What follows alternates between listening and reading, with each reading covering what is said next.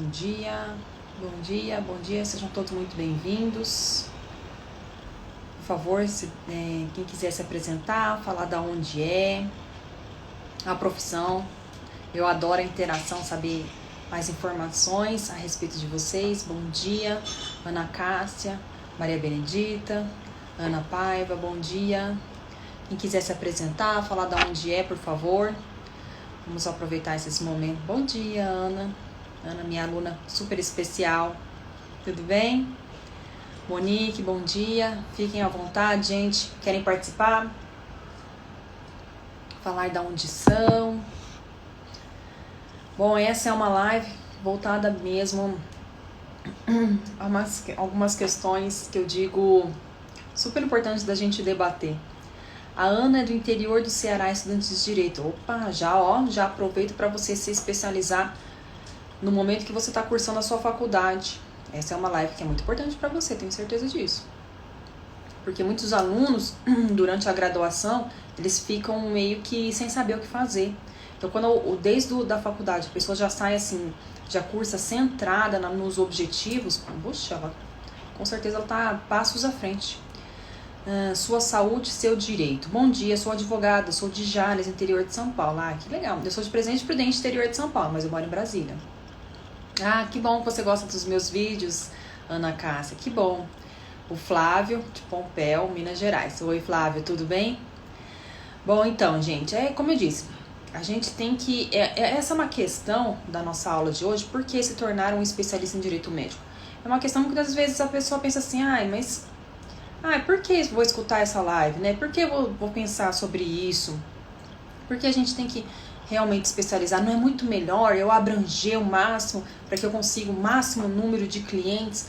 É uma coisa que a gente tem essa dúvida, né? É natural. Quando eu me formei, eu também passei por isso. Eu passei por essa situação muitas vezes, um período da minha vida, enquanto advogada. Eu fui advogada generalista. Depois eu comecei a me especializar em direito do trabalho, mas não era uma coisa que eu me realizava, porque eu achava um pouco desequilibrado ali a relação do empregado e empregador. Era uma coisa que eu achava que era justa. Então acabei, assim, não me realizava. Por isso eu fui buscando. Então, assim, é um tema de hoje que eu tenho certeza que vai ajudar todo mundo. Alguma coisa você vai aproveitar dessa live de hoje. Por isso que eu achei importante e eu quis começar esse período. Eu não falo nem, eu ia falar semana de lives, mas não é só uma semana, né? Antes era, mas eu recebi tanto mensagem no direct que eu falei assim, não, quer saber? Eu vou prolongar. Então serão 3 semanas. Então essa semana vai ser aula segunda, quarta e sexta. Semana que vem, segunda, quarta e sexta. E na outra semana eu vou trazer convidados especiais pra gente debater, assim, fazer uma coisa bem legal pra todo mundo. Espero que vocês gostem e me acompanhem nessas 3 semanas, que é uma jornada mesmo, não é só um pouquinho de aula não. Então nesse tempo nós teremos aí 9 horas de aulas gratuitas pra você. Então bora. Quem me conhece, quem aqui, eu já vi alguns alunos meus aqui, então sabe que eu não gosto de enrolar em aula. Por isso que os meus cursos se chamam direto ao ponto. Eu vou falar só sobre isso para que vocês compreendam como que funciona a minha aula. Assim como no meu livro, como em todas as minhas aulas, eu sou direta. Gosto de dar a aula o mais objetivo possível, com o máximo de exemplos que eu possa dar a vocês, para que vocês compreendam de uma maneira rápida, objetiva e consigam trazer esse conteúdo voltado para a prática. O que na minha experiência eu percebo? A maioria dos advogados que atuam no direito médico, no direito da saúde, eles têm uma certa dificuldade em analisar o caso concreto. É uma coisa assim que é praticamente unânime. Então assim, a pessoa vai lá, estuda, tem vários cursos na área, né? Eu sei disso, conheço os meus concorrentes, conheço as outras pessoas que também fazem curso. Então, assim, eu vejo que as pessoas estudam, fazem os cursos, às vezes faz pós, às vezes só estuda em livros, às vezes vai na raça.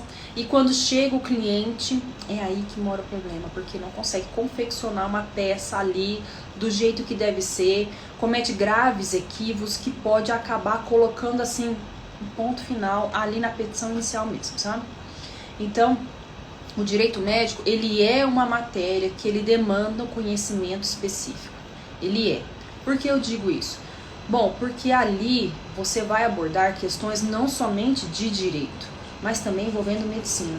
E nós, no nosso direito, principalmente quando, que nem a nossa estudante da graduação de direito pode me dizer muito melhor que eu, nós não temos durante a gravação nenhuma aula voltada para o direito médico. Quiçá a aula específica sobre responsabilidade civil, que vai abordar de uma maneira genérica sobre responsabilidade civil, e é muito diferente da responsabilidade civil do direito médico. E aqui na aula de hoje eu já vou abordar para já acabar com essa objeção. A Ítala perguntou se tem petições. Eu tenho no meu curso aulas de confecção de petições. Inclusive, eu vou preparar uma aula essa semana sobre petição inicial e mandado de segurança no direito à saúde. Então, tem aula sobre petição inicial, tem aula sobre contestação, tem essas aulas relacionadas ao direito à saúde. Meu curso é muito completo, eu costumo dizer, eu ainda estou gravando, já está disponibilizado hoje 41 horas de aula, 41. Então eu acredito que ela vai ficar em torno de umas 60 horas pelo menos de hora-aula. Então, assim, minha estimativa, assim, para não falar mais e depois acabar não atingindo, mas vai ter mais de 60 horas, tá? É um curso extremamente completo, voltado para a prática. Bom, então, vamos lá, gente. Hoje, no Brasil, já tô com 9 minutos e eu vou começar a aula. Hoje, no Brasil, aliás, no mundo, nós identificamos diversas situações envolvendo direito médico. Diversas. O acesso é vitalício por um ano. Por um ano. Então, nesse ano, você vai assistir quantas vezes você quiser. Você vai ter esse contato são vários, por isso que, assim, como eu disse, 60 horas, nem todo mundo consegue terminar assistir em 1 mês, 2 meses. Por isso eu coloquei, assiste em um ano. Então, vocês estão... Melhorou a minha internet? Acho que melhorou. Aquilo que vier a ser atualizado, com certeza eu vou disponibilizar. Então, durante um ano, você vai ter esse acesso de maneira atualizada constantemente. Então, vamos voltar. Então, gente, no nosso direito, o direito médico, a gente encontra hoje em dia em todos os lugares. Em todos os lugares. Quando você liga a televisão, quando você olha o seu WhatsApp, quando você olha um site ou uma notícia na televisão, um Instagram, você vai encontrar ali questões envolvendo direito médico e saúde. Então eu costumo dizer o seguinte exemplo: pode ser que nunca na sua vida, tô falando você advogado, tá? Pode ser que você na sua vida nunca precise de um advogado criminalista, tributarista, familiarista. Pode ser que assim, ao longo da sua vida, você não precise de um advogado especializado em determinado assunto. Mas eu te digo uma coisa, com absoluta certeza, tá? Assim, tranquilamente. Você vai precisar de um advogado especializado em direito médico e saúde. Sabe por quê? Porque eu e você, nós temos uma coincidência. Eu e você, nós somos pacientes. Então, nós precisamos e precisávamos, ou seja, em algum momento da vida a gente precisa de um atendimento médico. E muitas vezes, e não raro, eu costumo dizer que isso acontece com todo mundo, a gente se frustra com o atendimento médico, com o atendimento hospitalar, com o plano de saúde, com o SUS. Então, assim, é absolutamente normal nós termos problemas relacionados ao direito médico e saúde. Então, aqui a Ítala colocou, as demandas contra plano de saúde estão crescentes. Sim, e eu vou te dizer mais, Ítala. Por conta da pandemia, acompanhe meu raciocínio. Eu disse, direito médico está em tudo, certo? Uma coisa que a Covid ela veio para dar assim, um tapa na cara do mundo inteiro. Ela escancarou os problemas de saúde que nós enfrentamos em todo o mundo. No Brasil, em todo o mundo. Ainda mais no Brasil, que antes da pandemia o SUS já era deficiente há muito tempo.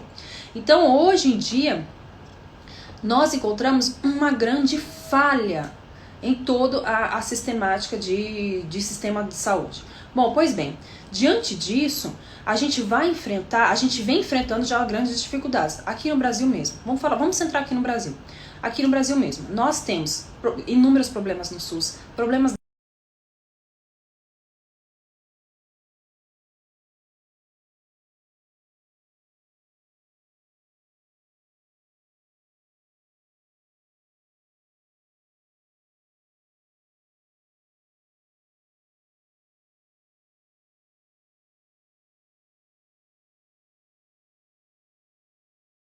eles estão extremamente cansados, estressados, indispostos, frustrados, com risco. Então o grau de estresse que eles estão enfrentando fazem com que eles não consigam prestar atenção com a devida qualidade que é inerente ao cargo deles. Então o que eu quero dizer com isso? Nós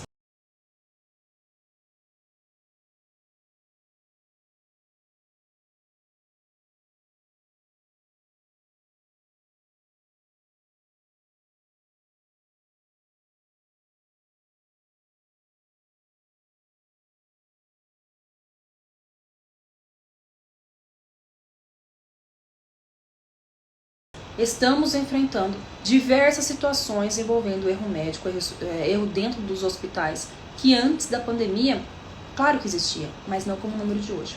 Então, eu falo isso, a curto e médio prazo, nós teremos um boom de ações relacionadas a direito médico e saúde.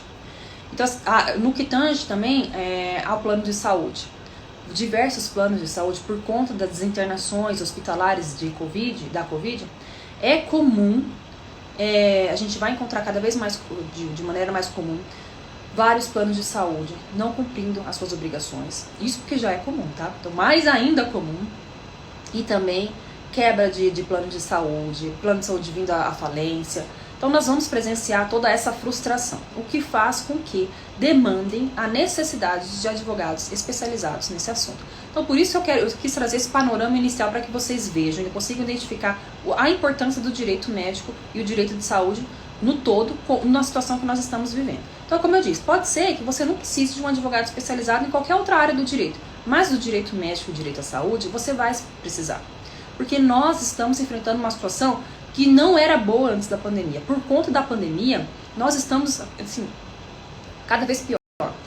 Os grandes escritórios voltados, veja bem, os grandes escritórios que se destinam especificamente para o direito médico, eles estão abarrotados de serviço. Eu converso com advogados, assim, altamente gabaritados, que trabalham somente nessa sistemática, e eles estão dispensando clientes. Então, assim, é uma realidade. Eu não estou falando isso para convencer você a comprar meu curso. Eu estou dizendo que é uma coisa que é realidade, ok? Bom, então, mas como eu disse para vocês, a gente vê a necessidade de um conhecimento específico. Eu disse isso. Pois bem, nós temos a diferenciação entre a responsabilidade civil, aquela que a gente estuda na faculdade, e a responsabilidade civil envolvendo o direito médico. Por que isso? Porque nós precisamos ter um conhecimento focado na medicina para que a gente consiga compreender 3 principais requisitos envolvendo a responsabilidade civil, que é a conduta, o dano e o nexo causal. No direito médico, a conduta é a ação ou omissão do médico que acaba causando um dano direto no paciente. Então, tem a ação do médico, a ação ou omissão, a conduta do médico que causa um dano direto a esse paciente, e em razão desse dano, da ligação entre a conduta e o dano, surge o nexo causal. Então, embora pareça assim simples, este é o tendão de Aquiles dos advogados. E é por isso que eu falo para você que você precisa de um conhecimento específico. Sabe por quê? Porque para você comprovar esse nexo de causalidade ou para você desmistificar, quebrar, romper esse nexo de causalidade, você precisa de um conhecimento específico. Eu vou te trazer um exemplo. Cirurgião plástico. Cirurgião plástico é uma coisa que, assim, é um profissional que ele produz, a atuação dele é fazer cirurgias de melhoramento de aparência, podendo ser na melhora de uma cicatrização, por exemplo, de uma cicatriz decorrente de câncer de mama. A mulher teve um câncer de mama, precisou retirar a mama, e ele faz a reconstrução daquela mama daquela paciente. Ou às vezes o paciente ele teve uma queimadura e esse médico ele faz uma melhoria na aparência daquela pessoa. Então ele faz uma reconstrução voltada na melhoria daquela pessoa. Às vezes um acidente de carro, de trânsito, que a pessoa ficou com uma deformação no rosto, uma deformação em algum dos membros. Então nós temos esse viés de reconstrução. Só que do outro lado, dentro do cirurgião plástico, nós temos o cirurgião plástico que faz a melhoria estética na pessoa. Por exemplo, uma colocação de prótese de mama, uma rinoplastia. um lifting no rosto, uma lipoaspiração, uma abdominoplastia, enfim, temos esse outro segmento de cirurgias plásticas. Diante dessas duas atuações do cirurgião plástico, a reconstrução, ou seja, melhoramento da aparência com fins decorrentes de sequelas, vamos dizer assim, e também a melhoria na aparência estética. Nós temos essas duas possibilidades. Em razão da melhoria estética, é considerado pela jurisprudência como uma obrigação de resultado. Vou trazer um exemplo. Eu costumo sempre usar esse exemplo porque ele é tão simples e é tão fácil você nunca mais esquecer, que eu tenho certeza que quando você terminar essa aula de hoje, você nunca vai mais me esquecer. Toda vez que você falar, você estudar sobre a obrigação de resultado, você vai lembrar de mim. Vem cá, deixa eu te explicar. É o seguinte, imagine um cirurgião plástico que está lá no consultório e aí entra uma mulher que quer fazer uma abdominoplastia, aquela cirurgia para redução de pele, retira a pele do abdômen. Tá bom, o médico vai lá, orienta como é que vai ser, como é que é essa cirurgia, enfim, ele faz toda essa orientação. Eles decidem, a paciente decide fazer a cirurgia, ele passa todas as operações do pós-operatório, é feita a cirurgia. Só que quando a paciente ela recebe alta do hospital, e vocês precisam saber, por isso que eu falo que é conhecimento específico, a cirurgia plástica com fins relacionados à estética, ela tem 50% do resultado está diretamente relacionado com o cumprimento do pós-operatório da paciente. Ou seja, o médico faz a parte dele, ok. Só que se a paciente não cumprir aquilo que foi abordado especificamente pelo médico no pós-operatório, o resultado não vai ser do conforme ela esperado. Vou trazer um exemplo. Então a nossa paciente, ela fez abdominoplastia, vai para casa dela e ali o médico falou, você tem que cumprir ali o período de repouso, você tem que tomar tais medicamentos, fazer aqui massagens, fazer uns procedimentos estéticos para drenar. Enfim, ele passa toda a orientação. Tá bom. Metade dessa orientação ela cumpre. A outra metade ela fala assim, ai que besteira. E aí ela começa a apresentar febre. Ali, uma semana depois, ou seja, tem um período de tempo, né? Logo em seguida ao pós-operatório. Uma semana, 10 dias depois ela começa a apresentar febre. E ali na cicatrização da cirurgia começa a sair uma secreção. E ela liga desesperada pro médico. Doutor. Acho que eu tô com febre, a cicatriz tá abrindo, tá soltando pus. O médico vai atender essa paciente. Ou essa paciente vai no local, enfim, se encontra. E aí esse médico examina e pergunta, nossa, mas você tomou os remédios? Você cumpriu aquilo? Cumpri, não, fiz tudo certinho, doutor. Mas, peraí, mas tá esquisito aqui, parece que tem uma bactéria. E aí, enfim, eles começam a conversar e a paciente acaba soltando que ela dorme na cama com 3 cachorros. Com 3 cachorros. Por mais que o cachorro seja higienizado, por mais que ele frequente o pet shop semanalmente, ele é um animal. E esse contato do pós-operatório, a pessoa com essas bactérias, né, a pessoa fica muito mais sensível. Então ela pode acabar adquirindo bactérias que não são inerentes do hospital, que não são inerentes à cirurgia, e sim ao seu ambiente doméstico, ao seu ambiente da sua residência. Então no meu exemplo, ela adquiriu a infecção hospitalar não decorrente do ato médico, e sim do seu próprio costume de dormir com os cachorros. O médico, diante dessa situação, ele pode, e eu pergunto para vocês, eu quero a participação de vocês, ele pode vir a ser condenado por responsabilização por erro médico cometido em face da paciente. Vamos imaginar que ela, em razão dessa infecção, ela venha precisar de uma internação hospitalar, ela venha precisar de um período de uso de antibióticos mais caros, mais potentes, fazer uma raspagem ali na cirurgia. Enfim, todo essa sequela decorrente dessa infecção, quem tem que arcar com os custos financeiros é o médico?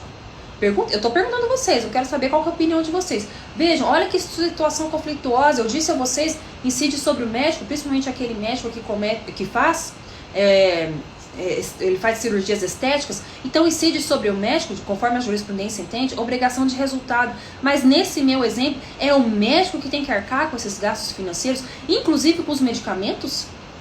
Qual que é a opinião de vocês? Veja, é uma situação muito conflituosa. Mas agora eu imagino uma situação que vocês estejam pensando, nossa, mas como é que eu quebro esse nexo de responsabilidade? Vejam, agora há pouco eu falei isso para vocês sobre a conduta, o dano e o nexo de causalidade. Para quem advoga no direito médico, conseguir quebrar esse nexo de causalidade é uma grande dificuldade. E é por isso que eu digo a vocês que a gente precisa ter conhecimento específico.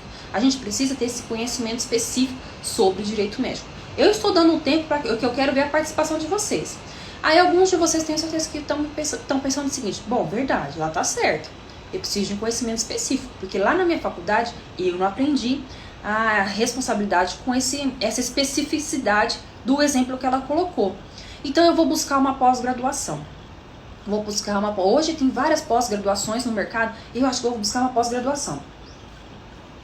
E aí, alguns de vocês já devem estar pensando assim, eu acho que eu vou perguntar para ela no chat se é melhor fazer uma pós-graduação ou se é melhor fazer um curso de especialização. Eu digo para você, depende.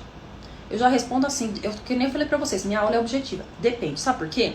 Se você deseja um título para você botar na parede, então faz a pós, pode fazer a pós. Porque é o seguinte, a pós ela vai te dar o conteúdo teórico. Ela vai te explicar a teoria da responsabilidade civil, ela vai te explicar a teoria dos princípios da bioética, mas ela não vai te dar uma coisa que você precisa. Ela não vai te dar a prática de quem precisa para advogar nessa área. Se você busca a teoria, você faça uma pós-graduação voltada ao direito médico. Nós temos várias no mercado. Agora, se você quer a prática, se você quer uma coisa mais rápida também, porque uma pós-graduação precisa de uma demanda de pelo menos 2 anos, 2 anos e meio, às vezes tem até 3 anos, depende da pós. Se você precisa de uma coisa mais rápida também, mais objetiva, mais centrada, então faça um curso de especialização. Porque no curso você vai encontrar o mesmo conteúdo, se o curso é bom, claro, né, gente? O mesmo conteúdo e você vai contar com aulas direcionadas para te gabaritar na atuação prática. Então veja, aqui é a Sueli, excelente, fez uma live comigo não sei se foi no final de março ou começo de abril, né, Sueli? Para comprovar a origem e tempo da infecção é fundamental a análise técnica do prontuário. Condição de alta é a chave.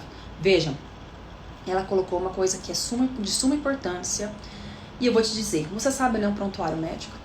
Pois bem, a gente vê, e eu disse para vocês isso, é tão necessário que a gente tenha esse conhecimento específico que a gente tem que ler prontuário médico. E ler o prontuário médico, quem já leu aqui, sabe o tanto que é difícil. Sabe por quê? Porque lá não tem nada relacionado ao direito. É um conjunto de documentos. Nós temos ali, desde da entrada ali na recepção, aqueles documentos iniciais relativos ao preenchimento básico ali das informações do paciente, até a alta, ou às vezes até a certidão de óbito, a declaração de óbito do paciente. Temos toda essa relação de atendimento do paciente enquanto ele estava internado no hospital. Pois bem, você sabe ler? Às vezes um prontuário tem 2.000, 3.000, 4.000 páginas e você tem que ler e colocar tudo isso no processo. Então você tem que ter um conhecimento de conseguir retirar desse documento, que não é fácil, ele nada tem a ver com o nosso universo do direito, e você tem que trazer isso para o processo. Aliás, falando nisso, do nosso universo do direito, eu sempre costumo dizer que a gente do direito, a gente tem um conhecimento, um raciocínio muito diferente dos médicos, e isso é uma grande dificuldade para a gente conseguir compreender mesmo as condutas dos médicos. Como é que, por exemplo, ele faz um diagnóstico médico? Porque nós, do mundo jurídico, nós temos, e é normal porque a gente foi forjado, o nosso raciocínio veio em construção para que a gente tenha determinados conceitos. Eu costumo dizer basicamente o seguinte, a gente gosta de colocar cada coisa no seu quadradinho. Cada coisa no seu quadrado, cada coisa especificar e colocar ali, não, a conduta médica é assim, isso aqui é imprudência. Não, a negligência tem que ser exclusivamente isso. Não, isso não é imperícia, isso é imprudência. A gente gosta do conceito, a gente gosta de uma terminologia legal, a gente é desse universo. O médico não. O médico não, ele é muito mais prático, porque num atendimento médico mesmo, imagine num plantão, ali numa situação de urgência, emergência, o médico, ele não tem tanto tempo para conseguir fazer essas diferenciações, ele não tem esse tempo, ele é muito dinâmico. O médico, muitas vezes, ele tem que agir de pronto. E aí, quando a pessoa ela não tem conhecimento específico, o advogado ele não tem conhecimento específico, e ele vê lá no prontuário poucas informações, ou às vezes ele vê assim, que o médico ele não cumpriu ali todo o direito à informação do paciente. Eu vou trazer um exemplo. Imagine a seguinte situação. O paciente da entrada no hospital, logo após o acidente de trânsito, e ele tá ali com múltiplas fraturas, vejam. Ali, só que ele tá consciente, tá ali no estado de consciência, semiconsciência, mas ele deu uma entrada ali na consciência. Aí ele entra no hospital, o médico vê aquilo lá tudo, vê aquele monte de feridas, sangue, vê aquelas situação complicada, e o paciente naquele estado de semiconsciência ali nessa instabilidade, ele fala assim: não quero fazer transfusão de sangue. Não quero fazer transfusão de sangue. Aí agora, só porque eu falei isso, tenho certeza que muitos advogados pensaram assim: ah, não, peraí. Princípio da autonomia da vontade do paciente. Se o paciente disse que ele não deseja receber a transfusão de sangue, o médico vai estar proibido de fazer a transfusão de sangue. Pois bem, é como eu disse a vocês, depende da análise do caso a caso. E é por isso que nós, advogados, a gente tem que ter esse conhecimento específico, mais profundo, e também voltar os nossos olhos para a medicina. Pois bem, em situações de urgência e emergência, o médico ele deve utilizar não do princípio da autonomia da vontade do paciente, mas sim do princípio da beneficência, o princípio hipocrático da beneficência. Então, no meu exemplo, como eu disse, o médico ele não vai cumprir a vontade do paciente e não fazer a transfusão de sangue. Não. A obrigação do médico ali é salvar a vida do paciente, pouco importando com que o paciente quer. Veja, repito mais uma vez, é uma situação de urgência e emergência. O médico ali, ele tem que agir. E o que ele vai fazer? Salvar a vida do paciente, pouco importando. Então, quando você analisar um prontuário médico e você observar, peraí, esse médico aqui, ele não informou, ele não cumpriu a autonomia da vontade do paciente, ele praticou um erro médico, ele tem que ser responsabilizado. Será? Será? Se você é o advogado do médico, você faz essa especificação sobre o princípio da beneficência logo ali na parte do direito. Você já explica para o juiz que quando o médico ele cumpre aquilo lá, ele age assim numa situação de urgência e emergência, ele está cumprindo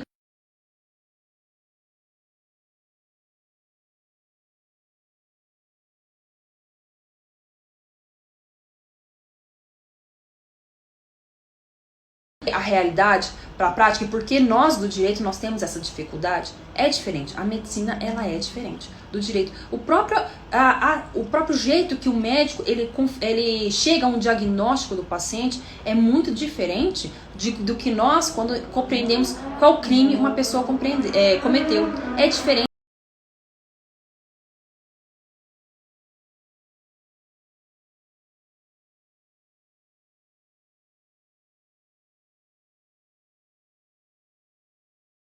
O jeito que é a estrutura de pensamento do médico é diferente de nós, operadores do direito. A Sueli colocou aqui: verdade, doutora, essa interface direito-medicina é fundamental, e é mesmo. A gente precisa ter conhecimentos específicos para, inclusive, conseguir quebrar um nexo de responsabilidade. E tem muitos advogados que falam assim: não precisa de conhecimento específico, sabe por quê? Porque a responsabilidade do hospital, ela é objetiva. Ela é objetiva. Qualquer coisa que... E eu já vi muitos advogados falando isso, viu, gente? Eu falo na real. Já vi muitos advogados falando isso. Ah, não, aconteceu uma situação específica ali no hospital, pronto, é responsabilidade do hospital, tá ganha a causa. Ainda promete pro cliente que a causa tá ganha. Eu já vi isso. Vou te dizer, não é assim.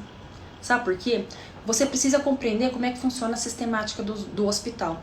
A sistemática interna. Inclusive, como é que funcionam os contratos. Vou te dar o exemplo. O contrato do paciente com o médico é um contrato. O contrato do paciente com o hospital é outro contrato. E o contrato do médico com o hospital é um outro contrato. Então, você consegue ali trabalhar a quebra de responsabilidade facilmente. Vou trazer um exemplo. Imaginemos que o paciente ele adquiriu infecção hospitalar no hospital decorrente de uma cirurgia, ali um período de internação que ele estava. Essa infecção hospitalar que ele adquiriu, vamos imaginar que ele veio a óbito. Quem vai estar no polo passivo? O médico ou o hospital? O que vocês acham? Se você colocar o médico, você está responsabilizando o médico por esse paciente ter adquirido a infecção hospitalar. Será? Será que essa infecção foi acarretada pela conduta do médico? O dano qual que é? A infecção hospitalar. Então veja, essa infecção hospitalar, ela está ligada à conduta do médico? Ah, mas ele fez uma cirurgia. Sim, mas a cirurgia, o ato médico preparado, feito, né, por esse médico, foi próprio para acarretar essa infecção? Ah, ele fez uma videolaparoscopia. Ele fez o ato. Ele fez o ato, logo ele é o responsável pela infecção hospitalar. Sim, mas quem cuida da higienização dos equipamentos de videolaparoscopia? É o médico ou o hospital? Pergunta a você, qual é o contrato existente entre esse médico e o hospital? Ele estava atendendo numa situação de urgência, emergência, ele era um médico plantonista, ou ele foi nesse hospital fazer especificamente aquela cirurgia? Compreenderam como existem particularidades para a gente ter esse conhecimento? Vejam o tanto que é fundamental que a gente tenha todo esse conhecimento profundo do que tange somente a responsabilidade civil. Tem um exemplo, deixa eu falar do exemplo da cirurgia plástica, né? Deixa eu responder, que ninguém me respondeu aqui, viu? Tô de olho, viu? Ninguém aqui colocou a resposta. Vou dizer a você, quando a paciente ela acaba adquirindo uma infecção hospitalar no pós-operatório e o médico conseguir comprovar que essa infecção não foi decorrente da cirurgia e sim por conta dos cachorros, né? Nós lembra do ônus da prova, tá? A gente consegue quebrar a quebra do nexo causal baseado no artigo 14 do CDC, que é a responsabilidade exclusiva do consumidor, no caso da paciente. Agora eu quero dizer para vocês de um exemplo muito legal, que no caso concreto, né? Gente, se alguém tiver alguma dúvida, quiser fazer algum comentário, aqui é praticamente uma conversa, tá? Pode botar aí. Vamos lá. Caso concreto. O ano passado, um paciente, ele estava internado no Hospital de Salvador. Vou colocar porque, assim, é caso que ganhou notoriedade da mídia. Ele estava internado no Hospital de Salvador e ele foi diagnosticado com Covid. Quando ele recebeu esse diagnóstico de Covid, ele surtou. Fugiu do hospital. Fugiu sem deixar rastro. Era bem assim no primeiro semestre da pandemia do ano passado. Todo mundo ficou desesperado, porque estava tendo naquele período ainda um mapeamento das pessoas que tinham adquirido a doença, para que elas não tivessem contato, para que não houvesse a proliferação do vírus, né, no Brasil. Pois bem, esse paciente fugiu do hospital. Fugiu. Ninguém procurou, ninguém sabia onde ele estava. Todo mundo, a polícia foi acionada, os médicos foram ouvidos, todo mundo querendo saber onde é que estava esse paciente. Sumiu. Em Salvador ele não estava. Sumiu. Ele foi encontrado dias depois, sabe aonde? Alguém sabe desse caso? Alguém já me ouviu explicar sobre esse caso? Põe aí. Ele estava em Trancoso, num hotel de luxo, em Trancoso. Ele foi lá dar uma descansadinha, ficar ali no hotel. Agora, nesse exemplo, veja bem, ele estava lá no hotel, hospedado junto comigo, com você, com qualquer outra pessoa que nem desconfiava dessa situação, tá? Lembrem-se, ele saiu do hospital, ele deve ter tido contato com N pessoas até chegar no hotel, e no hotel ele teve contato com várias pessoas ali. No momento que ele tomou café da manhã, no momento que ele foi na recepção, que ele foi comer, que ele foi na piscina, qualquer lugar, qualquer caminho que ele foi, ele expôs pessoas à contaminação. Tá. Esse conhecimento básico, tá? Esse caso concreto. Deixa eu só contar como é que terminou. Esse caso aí, a polícia descobriu, foi lá, foi acionada, pegou esse paciente e levou para ele retornar para o hospital. Então ele foi, contra a sua vontade, ele foi levado para o hospital. Esse é o caso concreto. Eu adoro esse caso, sabe por quê? Porque a gente consegue identificar nele a interdisciplinariedade do direito médico dentro do direito. Nós não temos, dentro do nosso direito, nós não temos uma matéria, a gente não estuda especificamente o direito médico dentro do direito. A gente estuda diversas matérias que envolvem o direito médico. Dentre elas, direito constitucional, direito civil, processo penal, direito administrativo, direitos humanos, direito internacional. Então são direito tributário, várias matérias que estão dentro do direito médico. Então eu costumo dizer que o direito médico ele navega por vários ramos do direito, só que sempre voltado à sua especialidade. Nesse meu exemplo, qual é a responsabilidade dessa pessoa, desse paciente? Qual pode ser a responsabilidade dele? Veja, ele saiu do hospital, foi para o hotel. Imaginemos que o dono do hotel acabou sendo prejudicado financeiramente. Por quê? Várias pessoas que estavam hospedadas ali pediram o dinheiro de volta para ele. Não ficaram sabendo da situação, quiseram sair dali no mesmo dia, foram embora para sua casa, para outro hotel, sei lá, foram embora. Aí esse dono do hotel teve esse prejuízo financeiro desses hóspedes que quiseram o dinheiro de volta, dos hóspedes que iriam na semana seguinte, nos dias seguintes, também cancelaram, pediram o dinheiro de volta, e ele já estava contando com esse dinheiro. Imaginemos que ele teve que contratar uma empresa especializada para fazer uma desinfecção daquele hotel, de todos os lugares que aquele paciente passou. Então ele teve que contratar uma empresa que não é barata para fazer essa descontaminação. Vamos imaginar que vários funcionários acabaram vindo a ser contaminados por essa doença que veio ser transmitida por esse paciente imprudente. E ele teve que custear o acesso à saúde dessas pessoas que não tinham plano de saúde.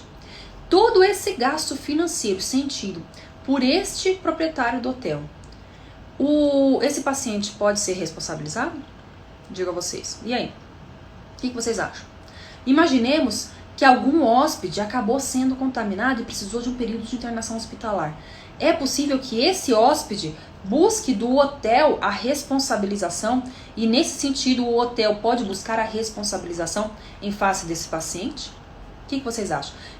Vamos complicar, porque eu gosto mesmo de complicar, porque os meus alunos, eles saem das minhas aulas com o conhecimento prático. Bom, imaginemos que os policiais que estavam cumprindo a ordem, que estavam trabalhando, acabaram sendo contaminados. Eles que tiveram que buscar esse paciente e levar de novo para o hospital. E se eles forem contaminados e acabarem ficando com sequelas permanentes? Quem vai ser o responsável por isso? A gente pode pensar na responsabilização desse paciente, porque a conduta dele causou todos esses danos. E em razão disso, há um nexo de responsabilidade. Se ele não tivesse ido ao hotel, essas pessoas teriam sido contaminadas, talvez mais para frente, no período mais que a pandemia, que o vírus, ele estava mais disseminado. No momento inicial, não. No momento inicial da nossa pandemia, ele não estava disseminado. Estava especificado em pontos localizados, né, de transmissão. Imaginemos também dessa conduta do paciente. A gente pode dizer que ele cometeu crime? Veja, ele transmitiu doenças a outras pessoas, doenças relacionadas à epidemia, que é o que está escrito no Código Penal. Ele pode ser responsabilizado? Nós temos 2 artigos, salvo engano é o 267 e 269. Ele pode ser responsabilizado por esses crimes? Claro, ele cometeu o crime. Ele disseminou, a conduta dele foi imprudente. Agora, lá dentro do hospital, eu digo para vocês o tanto que é importante conhecer direito administrativo também. Lá no hospital, imaginemos que algum funcionário do hospital, vamos imaginar que é um hospital do SUS, algum servidor público enquanto profissional da saúde ali, facilitou a fuga desse paciente. Ali deu uma ajudadinha, não, presta atenção, tem uma escada ali que facilita, vou te ajudar, enfim, teve alguma facilitação da fuga desse paciente. E aí? Esse profissional da saúde, eu não estou falando que é médico, diz profissional da saúde, pode ser responsabilizado?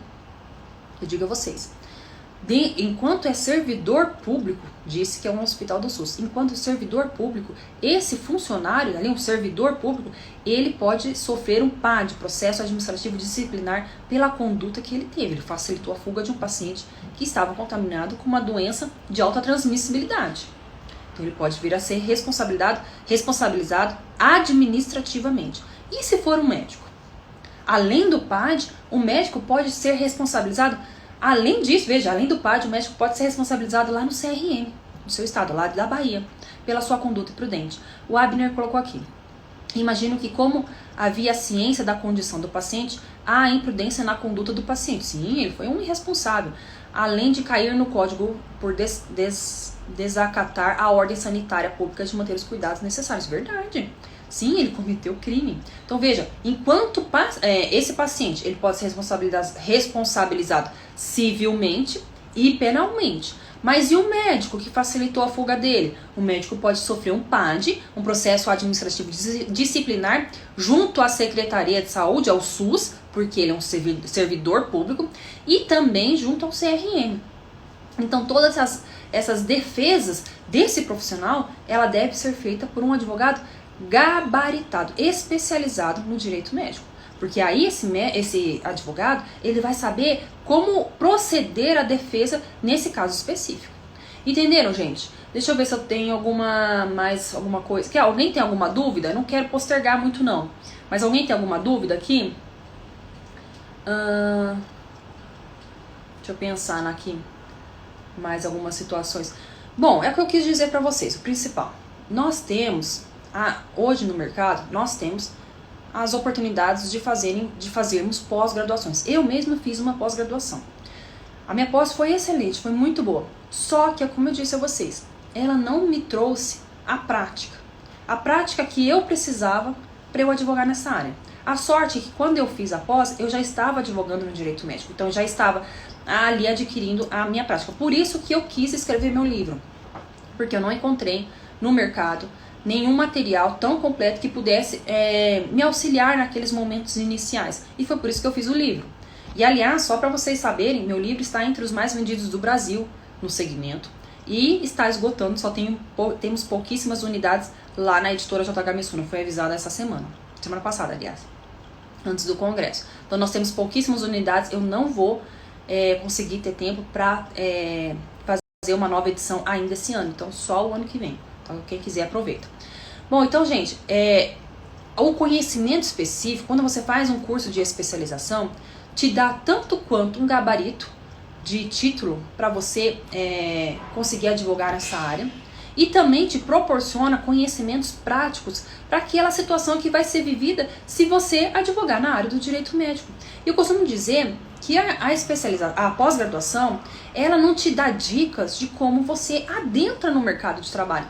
Então eu vejo assim, muitos colegas, e eu recebo muitos alunos disso, que já fizeram até mesmo pós-graduação, mestrado, fizeram outros cursos de especialização e vêm aqui comigo porque não tem conhecimento prático. Acontece muito isso comigo. Muitos dos meus alunos, eles vêm para ter esse conhecimento prático.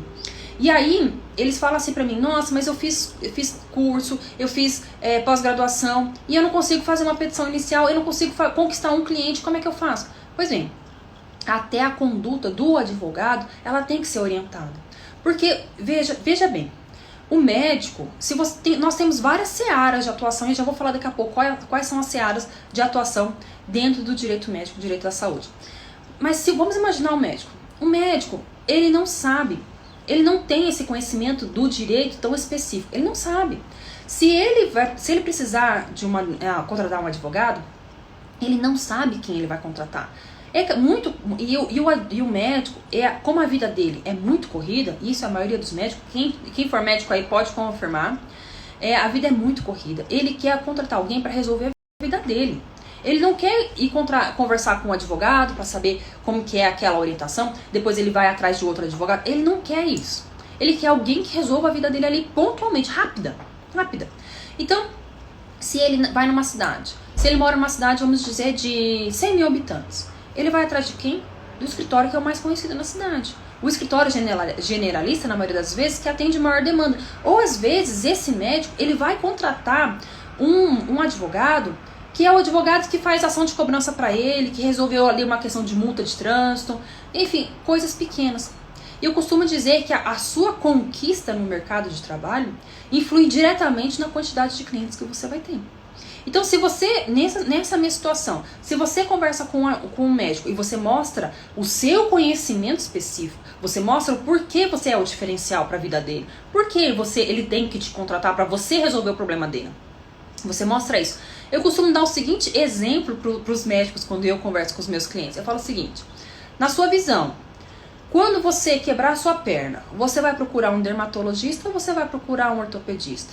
A mesma coisa no universo jurídico. A mesma coisa. Nós temos todos os tipos de profissionais do direito. Aliás, não estou falando que todos os outros são ruins, só a gente é bom. Não estou querendo dizer isso. Mas quanto mais especificado, melhor fica a petição.